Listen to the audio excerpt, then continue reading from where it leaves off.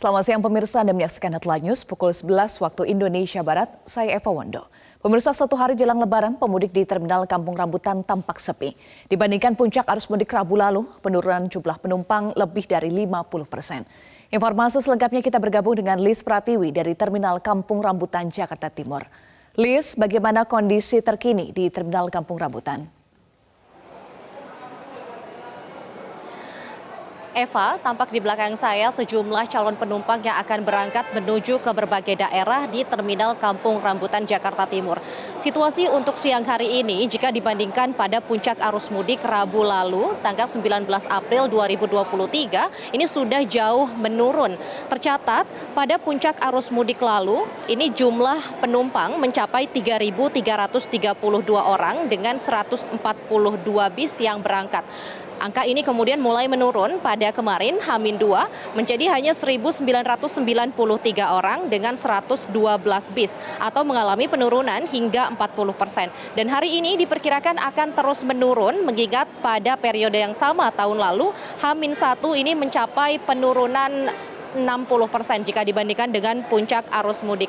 Untuk saat ini, sebagian penumpang yang masih menunggu di Terminal Kampung Rambutan akan menuju ke Pulau Sumatera, baik itu ke Sumatera Barat, ke Kota Padang maupun ke Lampung dan juga Palembang di Sumatera Selatan. Dan ini adalah salah satu penumpang yang menunggu keberangkatan sesaat lagi.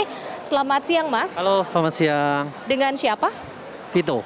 Mas Vito. Ya, Mas Vito ini akan berangkat mudik tujuannya kemana, Mas? ke Bandar Lampung. Ke Bandar Lampung. Ya, Kenapa, Mas, memilih mudik pada H-1 Lebaran? sebenarnya kemarin mudiknya kemarin, cuman karena ada kemacetan katanya akhirnya di-cancel dari pihak transportasinya. Jadi kita akhirnya ya jadinya H-1 ini gitu. Iya. Sudah beli tiket sejak kapan, Mas? Beli tiket H-3. Iya, H-3 kemarin. Ini apakah memang rutin tiap tahun selalu mudik saat akan Lebaran? Kebetulan kalau Lampung baru kali ini karena kan biasanya di Jawa tapi akhirnya sekarang ke Lampung kayak gitu. Kalau dibandingkan periode sebelumnya atau hari-hari biasa, apakah ada kenaikan harga tiket, Mas? Kenaikan harga tiket ada tapi nggak signifikan sih kalau dibanding sama yang tahun lalu ya.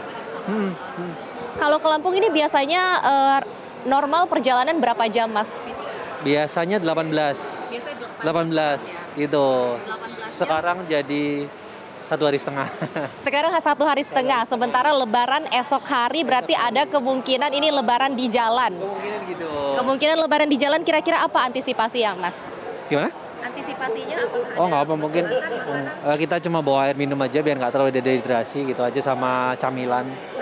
Gitu iya. Ini kan karena sudah ada cancel dari pihak PO Bis, harusnya berangkat kemarin, kemudian hari ini sudah berapa lama menunggu di Terminal Kampung Rambutan? Kalau Terminal Rambutan tadi pagi jam 6 ya. Cuman kemarin sempat nunggu di Surabaya juga.